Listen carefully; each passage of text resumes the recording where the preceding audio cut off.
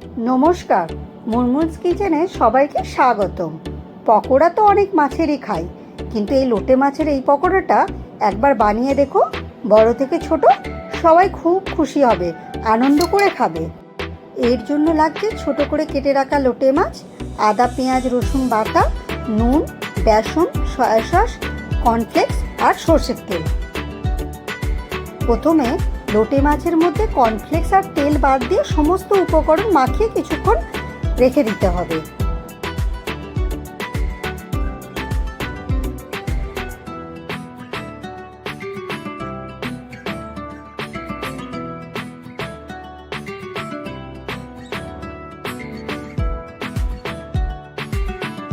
তারপর কর্নফ্লেক্সগুলোকে গুঁড়ো করে নিতে হবে। এবার মাখানো মাছের টুকরো থেকে একটা একটা করে কর্নফ্লেক্সের গুঁড়ো মাখিয়ে নিতে হবে।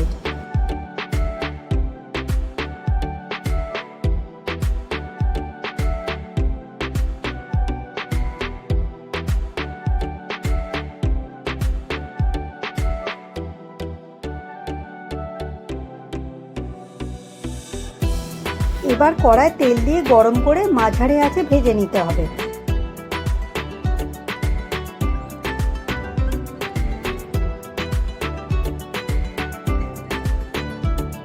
ব্যাস রেডি লোটে মাছের কুড়মুড়ে পকোড়া। সস দিয়ে সার্ভ করে দিতে হবে। এই রেসিপিটা যদি ভালো লেগে থাকে তাহলে একটা লাইক, কমেন্ট আর শেয়ার করে দেবেন।